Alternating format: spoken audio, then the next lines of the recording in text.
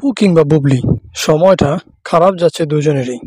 একদিকে বুবলির সিনেমা নেমে যাচ্ছে বিভিন্ন সিনেমা হল থেকে, অন্যদিকে কাজ না থাকায় বিভিন্ন দেশ বিদেশে ঘুরে বেড়াচ্ছেন ডালিউডের এক সময়ের জনপ্রিয় নায়িকা অপু বিশ্বাস। তবে দুজনের সময়টা খারাপ থাকলেও তাদের সাবেক স্বামী শাকিব খানের সময়টা কিন্তু খুবই ভালো যাচ্ছে। ফুরফুরা মেজাজে আছেন ডালিউড সুপারস্টার, ডালিউডের সর্বশেষ মেগাস্টার শাকিব খান। ইতিমধ্যে হলে চলছে শাকিব খানের রাজকুমার সিনেমা।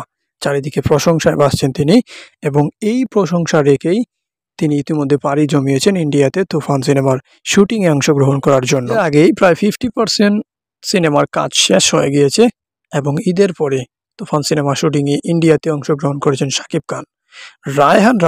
পরিচালক রায়হান রাফি পুরো দমে চালিয়ে যাচ্ছেন। আগামী ঈদুল আজহাতে মুক্তি দেওয়ার টার্গেটে কাজ করে যাচ্ছেন তুফান সিনেমা নিয়ে। তার ধারণা, যেই কোনো মূল্যে, যেহেতু অনেক সময় আছে, আগামী ঈদুল আজহাতে মুক্তি দিতেই হবে তুফান সিনেমাটি। তবে বলা যায় অপু বুবলির দিন খারাপ গেলেও শাকিব খানের দিন খুব ভালো যাচ্ছে, এবং আগামীতেও ভালো কিছু আশা করা যায় শাকিব খানের থেকে।